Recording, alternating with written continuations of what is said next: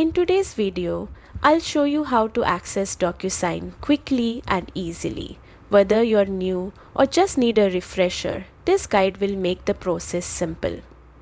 Don't forget to like and subscribe for more helpful tech tips. First, open your preferred web browser and head to Google. In the search bar, type DocuSign and hit enter.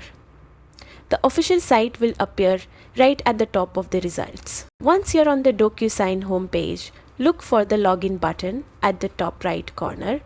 Click it and you will be prompted to enter your details.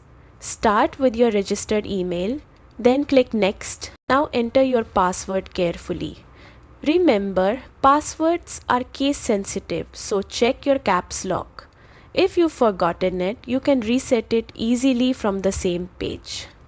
After typing your password, hit login. That's it. You're now inside your DocSign dashboard, ready to manage and sign documents.